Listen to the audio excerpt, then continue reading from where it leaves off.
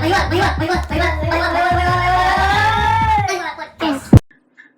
teman-teman, nama saya Muhammad Wildan Firdaus dan rekan saya Rizky Saputra. Selamat datang di Mahwal Podcast. Jadi kali ini kita bakal ngebahas tentang bisnis thrifting. Seperti yang kita tahu ya Boy ya, bisnis thrifting itu kan menjamur, berkembang pesat dalam beberapa Tahun belakangan. Sekarang kita sudah mendatangkan salah seorang narasumber yang tentunya sudah terjun cukup lama dalam bisnis thrifting ini. Mungkin bisa memperkenalkan diri. Halo, nama saya Rian, biasa dipanggil Jun. Seperti basic kebanyakan orang, kita akan tanya pertanyaan yang basic. Pandemi sibuk ngapain nih Cun? Pandemi, alhamdulillah sih kan usahanya online ya. Ya. Masih ada kesibukan tiap hari, foto, upload, packing, gitu aja. Tapi sibuknya masih dalam berjualan ya. Masih dalam Berarti selama pandemi ini menurut Jun ke dunia bisnis ini kayak bikin menurun atau meningkat sih di Jun kalau bisnis thriftingan? Untuk penjualannya sendiri, alhamdulillahnya malah naik. Selama pandemi ya. Setelah 6 bulan berjalan pandemi, alhamdulillah naik karena kebanyakan orang kan nggak bisa keluar tuh mau belanja, kebanyakan online juga. Nah jadi alhamdulillahnya naik. Nah, sebelum obrolan lebih panjang nih Cun, jadi bisa ceritain nggak sedikit tentang background Cun? Background apa nih? Sekolah atau pendidikan aja. Dan terakhir sekolah tuh di SMKN 6 Bandung, jurusan otomotif. Jadi Cun lulusan dari SMK, lulusan jurusan otomotif. Nah, kenapa sih bisa terjun ke bisnis thrifting ini? Tapi sebelum masuk ke sana nih, menurut Cun, versi Cun, apa sih thrifting itu? Thrifting kalau dulu belum rame thrifting ya. Ramenya lebih ke ya jualan barang bekas gitu. Ya, Atau bisa dibilang pre-love. pre-love, Pre-love. second brand, barang second ya. mungkin kan dulu. Terus kenapa bisa terjun ke thrifting ini? Dari suka sih. Awalnya dari make ya beli barang second juga, make. Tapi bosan pengen ganti. Nah, cobalah dulu belum ada Instagram atau apa, masih di Facebook. Nah, diupload di Facebook. Masih musim barter. Barter, masih musim barter. Dari situ masih sekolah itu dari kelas 1 SMA. Iya, Berarti kelas 1 bisnisnya udah jalan dari 2000 berapa? Dari SMA berarti 2000, SMA kelas 1 berarti 2000 berapa? 2000 SMA kelas 2 dari 2015 kurang lebih. 2015 berarti udah jalan mau ke jalan ke 5 tahunan ya? 6 tahun. 6 tahun. Ya, Cukup lama juga ya berarti jalannya. Tapi kalau fokus di Balatak ini dari 2017 karena baru beres sekolah jadi lebih fokus. Nah, apa arti nama Balatak ini? Balatak itu kan dari bahasa Sunda, Iya, yang Balatak. artinya acak-acakan. Berantakan. Berantakan. Kalau OTD-nya itu of the day. Jadi motonya itu berantakan sekarang, rapi untuk nanti. Jadi kalian beli barang di Balatak itu ya biar kalian rapi gitu. Jadi Balatak tuh ngejualnya tuh baju semua atau benar-benar secondan semuanya, jadi kayak sepatu atau gitu? Sedikit ngebahas dari awal ya. Kalau dari awalnya dibikin Balatak dulu di sepatu. pertama kali Pertama di Converse, di sepatu Converse second. Gak apa-apa itu nyebutin. Gak apa-apa. Dari sepatu Converse second, pindah brand dulu. Tetap di sepatu tapi pindah brand. Pindah ke kayak Saucony, New Balance, sneaker sama running lah gitu. Susah cari barang karena terhambat waktu kan, kita harus muter ya uang ya. Pindahlah ke kain, karena kain lebih mudah dapatnya gitu. Iya. terus suppliernya juga. Lebih banyak supplier, terus lebih gampang juga dapetin barangnya ketimbang sepatu. Jadi kalau sekarang lebih fokus di jaket. Terus kayak gini-gini mungkin ya, contohnya kayak gini. Nah berarti Cun terjun gini tuh emang karena lingkup di dekat rumah Cun atau temen atau gimana sampai terjun ke dunia bisnis ini tuh? Apa ada kenalan atau apa kan? Kalau setahu saya sih kalau dunia thrifting kan kadang ya kalau nggak punya kenalan kan untuk ke pasar gede begini atau apa gitu. Pertama sih ya itu karena suka dulu, karena suka. Terus pertama keluar sekolah tuh saya diajak sama senior jualan lah sama kakak-kakakan, disuruh ngadmin. Oh jadi pertama tuh admin dulu. Ya ikut dulu sebelum Ya. jadinya Balatak ini. Ikut dulu ngadmin di orang, udah ya bisa jualan sendiri lah kurang lebih kayak gitu. Karena sendiri buka Balatak ini. Nah kan Cun udah cukup lama ya dalam industri thrifting ini gitu. Menurut Cun seberapa menjanjikan kah si dunia thrifting ini ya? Dalam artian bisa nggak sih si dunia thrifting itu menghidupi Cun gitu? Balik lagi ke penjualannya sendiri. Kalau penjualannya sendiri itu benar-benar sungguh-sungguh dalam ngejalaninnya, memang mau dijadikan patok pencaharian utama, ya pasti sebanding penghasilannya pun begitu. Kadang kan sekarang juga banyak yang terjun ke thrifting ini dia malah tergiur manisnya doang. Karena banyak influencer di thrifting ini yang kasih bocoran keuntungan sekian, tapi mereka nggak lihat dulu dari pahitnya, dari gimana ngebangunnya, gimana cari barangnya. Nah kebanyakan seller baru sekarang kayak gitu. Bicara soal tadi menghidupi gitu, kalau boleh tahu nih berapa sih omset penghasilan si Balatak ini? Kalau boleh disebutin, kalau enggak digit lah kalau enggak gitu. Kalau ini jangan disebutin angkanya, digitnya aja. Kalau boleh ini 2 digit sih, alhamdulillah. Tapi kan kita tim nih, jadi di Balatak tuh ada 5 orang. Ya per orangnya kurang lebih UMR lah, alhamdulillah. Tapi ngomongin soal media sosial nih ya Cun, peran media sosial untuk Balatak Kota dia apa sih selain untuk berjualan doang?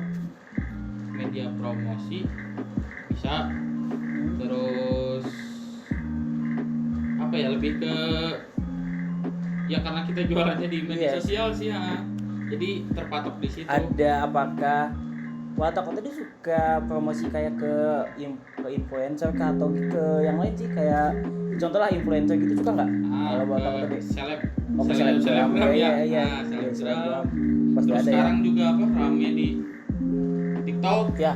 Oh ya TikTok sangat gila namanya emang ya.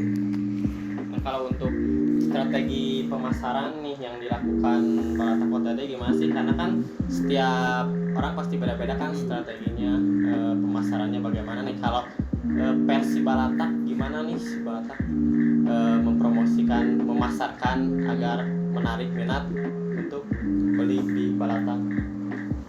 Konsep foto juga bisa jadi daya tarik ya.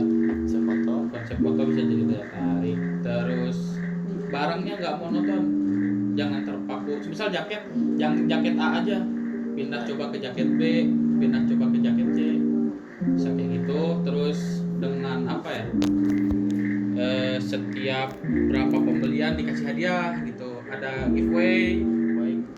Bisa dari giveaway. Terus apa ya? Sekarang juga rame ini sih jualan live. Oh iya. Live di Instagram kan tuh. Apa sih namanya tuh? Lelang. Lelang Bisa berarti ya. auction juga. Ada auction. Tapi untuk barang yang dilelang-lelang itu emang barang yang menumpuk lama atau emang yang terbaru-baru? Coba itu kalau bisa juga gini sih. Barang yang lama bisa ke up lagi. Nah, dinaikin ke live. Terus juga harga jauh di bawah harga yang diupload. Karena kan kita jualnya cepat nih. Biar terjual cepat ya udah. Nah, harga agak diturunin gitu. Boleh tahu nggak Cun nih, untuk saat ini Balatak Hotel dapat barang kayak jaket, sepatu itu dapat dari mana gitu? Kalau boleh tahu. Kalau untuk pakaian sih ya sekarang Gede Bagi sih. Gede Bagi. Gede Bagi banyak, gampang nyari barang. Terus juga kadang kalau yang brand-brandnya gitu ya Hmm. suka iseng hunting online juga beli lagi ke seller. Tapi gitu. kadang kan namanya apa sih, kalau thriftingan gitu kan ada yang beli apa sih, kalungan gitu ya. Opal. Oh apa namanya? Opal. Oh bal. Dibilangnya Bal. Yang karung itu. Hah? Ah. Tapi kan suka dapat untung-untungan ya, kayak dapat barang yang ya High bukan- quality. ya high quality gitu kan ya, kalau bal-bal Ya, gitu. ada yang brand nomor 1 tapi di dalam bal juga ada yang benar-benar nggak kita kenal brandnya, malah ada yang sobek yang nggak bisa dijual sama Ya sekali. namanya juga kan untung-untungan mungkin yang di bal-balan. Tapi nggak pernah nggak sih Cun dapat yang paling wah banget gitu menurut Cun di bal-balan itu, ada nggak bal itu? Ini kayak yang di belakang ini. Oh ini dapat dari bal. Ya itu dari bal, Udah dapat stone. Stone Island, Iceland. Nike. Ini Berarti ini yang menurut Cun yang paling wah dapat bal ini. ya kurang lebih gitu. Untuk bicara harga nih Cun, kalau menurut saya kan saya juga pernah gitu belajar thrifting gitu nih. Kalau menurut saya itu si barang-barang thrifting sekarang itu harganya agak-agak mahal gitu. Kalau Cun setuju nggak tentang itu? Kalau untuk masalah menjual, ya alhamdulillah kan kita seller ya. Berarti harga semakin tinggi penjualan semakin gede dong keuntungan. Iya. Tapi untuk apa ya, modal juga mau nggak mau pasti naik. Ya gimana, kita butuh mau nggak mau ya tetap dibeli. Tapi kalau udah naiknya keterlaluan ya paling pindah cari target lain atau pindah barang lain gitu. Tapi mungkin nggak sih karena menjual mahal gitu ketersediaan si barangnya jadi susah. Supply demand gitu, demandnya terlalu banyak, supply-nya jadi berkurang.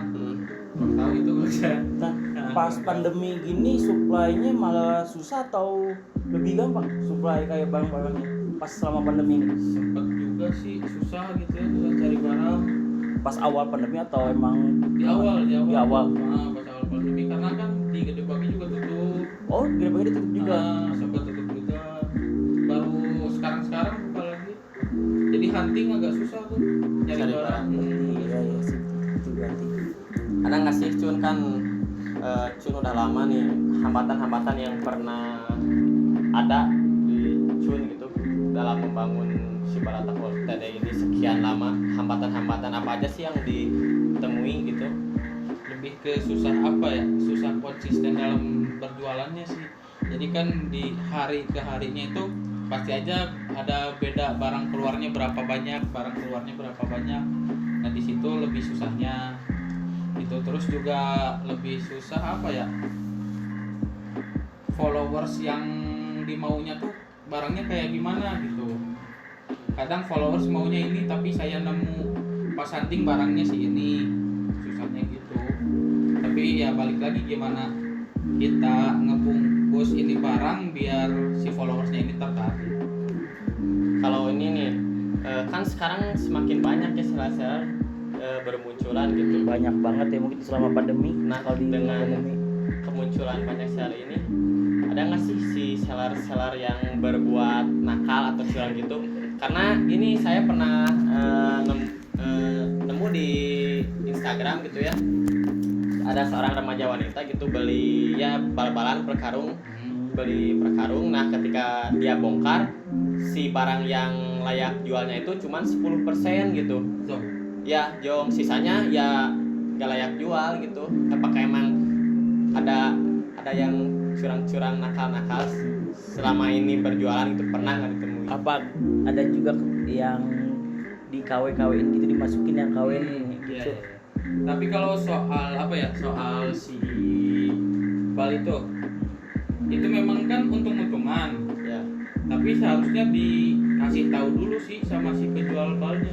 Semisal katakanlah bal A, dikasih tahu isinya, semisal gini kayak gini. Yang si bal A ini isinya jaket semua, atau si A ini isinya jaket dan celana kayak gitu. Karena setiap bal itu ada kategorinya. Oh ada kategori tersendiri. Nah, semisal kita nyari ini bal jaket, nggak akan mungkin dikasih bal celana. Iya. kalau semisal si penjual balnya bilang ini jaket tapi pas datang celana, ya itu udah bohong si penjual balnya gitu. Berarti ada aja mungkin ya. Terus soal apa tadi kecurangan Kayak kecurangan kayak mau penjual ya? bukan yang ngejual balnya gitu KW. kayak KW masukin sengaja dimasukin KW gitu. Ada nggak sih Enggak. atau nggak sengaja juga nih si ininya? Enggak sedikit sih sekarang ya yang kayak dia punya barang baru, misal kaos lah ya, dia sablon sendiri kaosnya bikin ke konveksi, katakanlah kaos band luar negeri. Iya. Nah dia sablon sendiri, dia bikin tag kaosnya sendiri, dia cuci 2 kali. Pada saat dia jual, dia bilang second original. Pernah nggak Padahal Cun? dia bikin sendiri. Nemu di bal Cun itu pas Cun beli nemu nih di bal di pas yang Cun beli pernah nggak nemu gitu? Nemu, tapi pada saat kita ngejualnya aja bilang nemunya kayak gini, jangan dibilang kita ngejual original gitu. Kebanyakan sekarang ya ada juga, nggak banyak sih, ada juga yang ngejual kayak gitu bilangnya dia original padahal dia bikin sendiri kayak gitu. Terus juga kalau di jaket banyak kasusnya kayak gini, semisal inilah Burberry, Iya. katakanlah brandnya Burberry ya, dia itu tagnya fashion Korea. Nah dia dipotong tagnya, Lagi dipotong. tagnya dipotong, terus dibilang jual original Burberry dengan harga original Burberry. Jadi kan si Balatak udah lama nih. Cara bertahan sampai sejauh ini gimana sih cara si Balatak? Karena kan banyak juga seller-seller bermunculan. Nah, si Balatak cara bertahannya gimana? Lebih ke seleksi alam sih ya. Ada yang muncul yang baru, ada juga yang yang keluar yang baru. Jadi ada seller baru usaha, ada juga seller baru tutup, baru bangkrut lah kasarnya. Lebih ke gimana kita ngebungkus itu, nge-branding si akun jualan kita. Daya tarik semisal promosi, potongan harga, atau flash sale, beli 1 gratis 1. Jadi sih daya tarik buat follow. Jadi kalau apa sih yang harus dilakukan untuk bisa terjun ke dunia thrifting ini? Karena kan banyak kasus seller baru yang bermunculan tidak bertahan lama gitu, setengah tahun, 1 tahun hilang.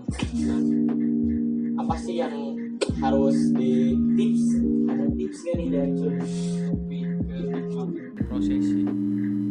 Karena saya dari 2017 pun itu baru sebentar hitungannya kalau dalam jualan ya. Terus juga nggak langsung rame, nggak sampai omset langsung 2 digit. Kadang dalam sebulan nggak ada untung, kadang rugi. Sebenarnya sih harus ada Konsisten. sama rasanya dulu sih supaya nanti pasti atas itu nanti nggak kembali ke awal juga. Mungkinnya harus diawali dengan suka dulu. Kalau nggak suka ya nggak mungkin. Kalau cuma ikut-ikutan gitu mah ya biar Jadi seperti itu teman-teman perbincangannya kita dengan salah satu pelaku bisnis industri di dunia thrifting yang sudah cukup lama. Banyak hal yang baru kita tahu setelah ngobrol ini. Jadi yang mau beli bisa kepoin aja di Instagramnya di Balatak.td. Jadi yang mau lihat atau yang mau beli bisa aja lihat ya.